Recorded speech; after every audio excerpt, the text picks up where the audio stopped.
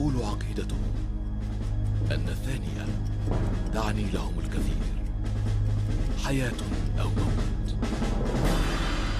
لهم ترتفع الهامات في السماء فخرا وعزة، فيخطف الآذان صوته ويسرق الأنظار شكله. حياتهم في السماء فوضعوا لها قانونا يحميها. ولكن ماذا يحدث إن تجرأ أحدهم واخترق؟ كالبرق تراهم في السماء طيورا جارحة لا تعود إلا بسيب ثمين، فكانوا لنا عنوان النصر ليوم الكرامة. القوات الجوية المصرية، نسور تحمي سماء مصر.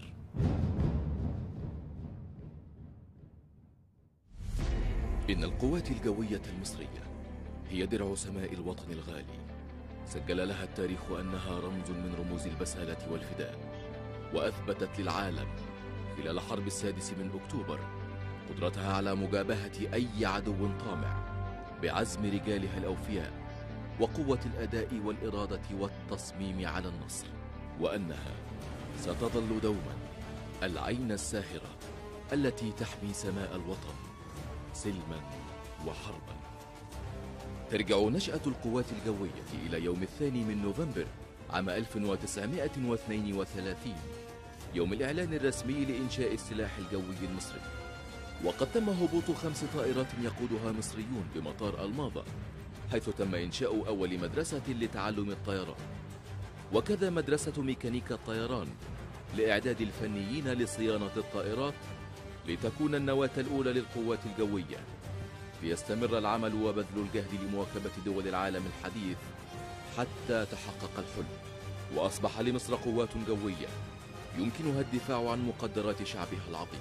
وسريعا ما شاركت في الحرب العالمية الثانية بعدد من طلعات مراقبة وحماية الحدود المصرية، ثم اشتركت في حرب فلسطين عام 1948 وحرب 56، وما لبث أن يكتمل البناء الحديث للقوات الجوية المصرية حتى جاءت حرب 5 يونيو عام 1967، وفقدت القوات الجوية معظم طائراتها على الأرض، وظن العدو أنه قد نال من عزيمة وطن وشعب. إلا أن رجال القوات الجوية أبوا أن يهنأ أعداؤهم طويلا بنصر زامر، فقام طياروها بتنفيذ العديد من المعارك الجوية المدبرة والهجمات الجوية في عمق العدو، وأسقطت للعدو الطائرات ودمرت المواقع، ودارت معارك شرسة لاستنزاف العدو من مارس عام 1969 حتى أغسطس عام 1970.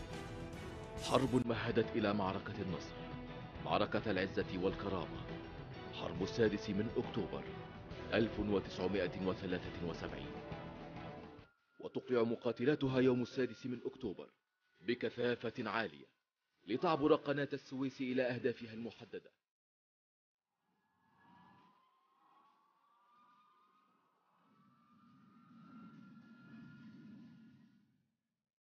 لتدمر بدقة وكفاءة عالية مواقع العدو الحصينة ومراكز قياداته،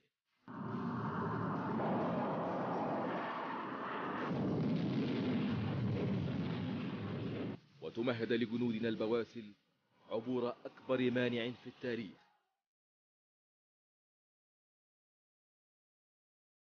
ليرفع المقاتل المصري علم مصر خفاقا فوق ترابها الغالي.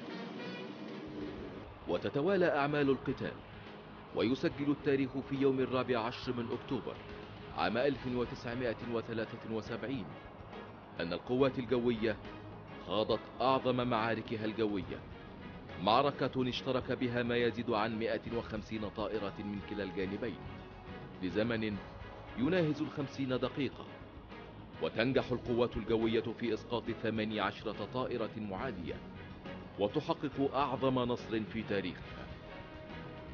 وتنتهي ملحمة أكتوبر المجيدة لتبدأ ملحمة البناء والتطوير للقوات الجوية، بما يواكب أنظمة التسليح الحديثة لتستمر في أداء مهامها بكفاءة عالية.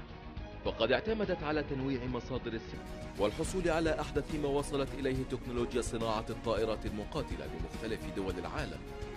فقد تم تزويد القوات الجوية بعدد من المقاتلات وطائرات النقل والهليكوبترات الحديثة التي تتناسب وطبيعة المهام المكلفة بها.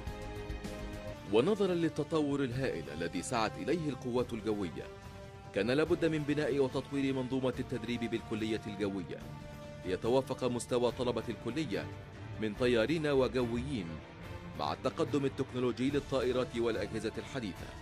فتم تزويد الكلية الجوية بأحدث طائرات التدريب المروحية تراس جروف للتدريب الأساسي،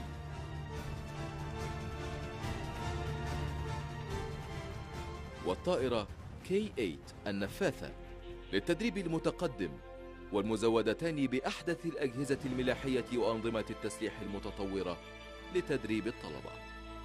وتستمر أعمال التدريب لطياري القوات الجوية فور تخرجهم من الكلية من خلال وحدات التدريب على القتال وفق قواعد التدريب العالمية كمدرسة التدريب على القتال.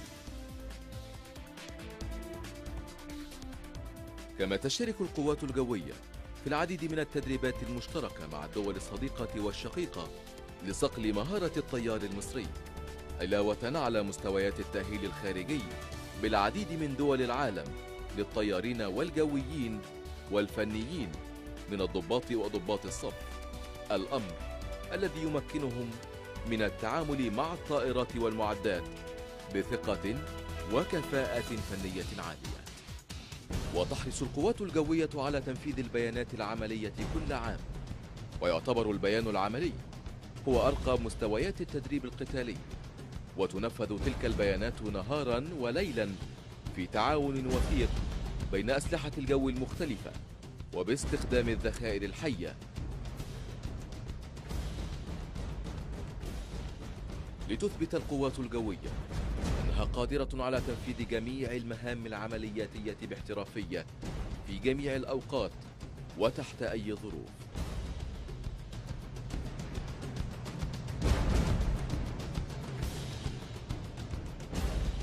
بنعمل أكبر إبرار جوي في تاريخ الجيش ليلا.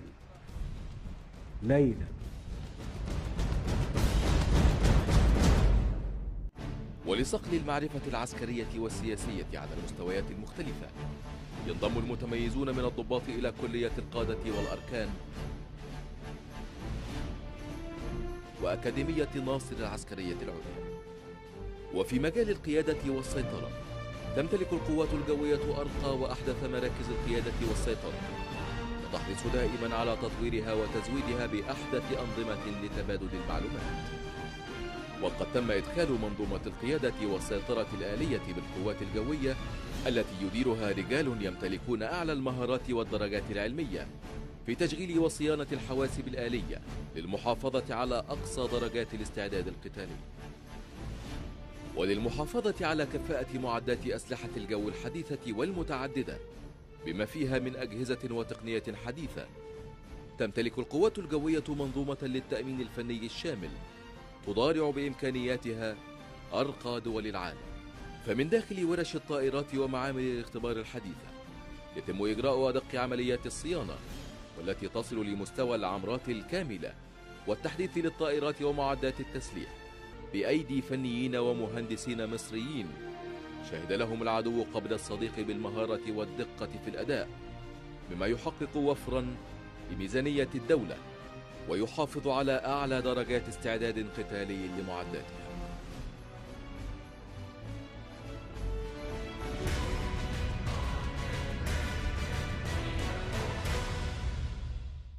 ترتب على قيام ثورة 25 من يناير ظهور متطلبات واحتياجات جديدة لتأمين الدولة داخليا وخارجيا ولدعم استقرار الحياة اليومية للمواطنين، حيث فرضت الأحداث مهام للقوات الجوية اشتملت على طلعات لتأمين الحدود وإحباط الكثير من عمليات تهريب السلاح والمخدرات عبر الحدود على مختلف الاتجاهات، كما ساعدت في إلقاء القبض وضبط عدد كبير من الهاربين من السجون وإعادتهم.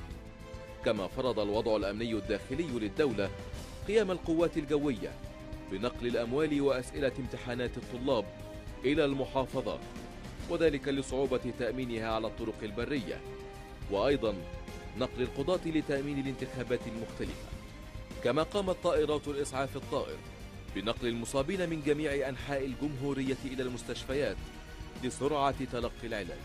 كما ظهر دور القوات الجوية الفعال في تأمين المظاهرات السلمية أثناء ثورة 30 من يونيو عام 2013.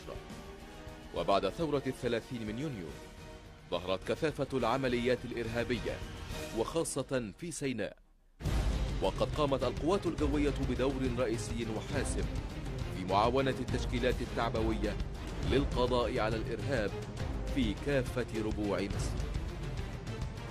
ولا تنسى القوات الجوية مقاتليها الذين حملوا الأمانة في الدفاع عن مصرهم الغالية، وما قدموه من أرواح ودماء من أجل وطنهم.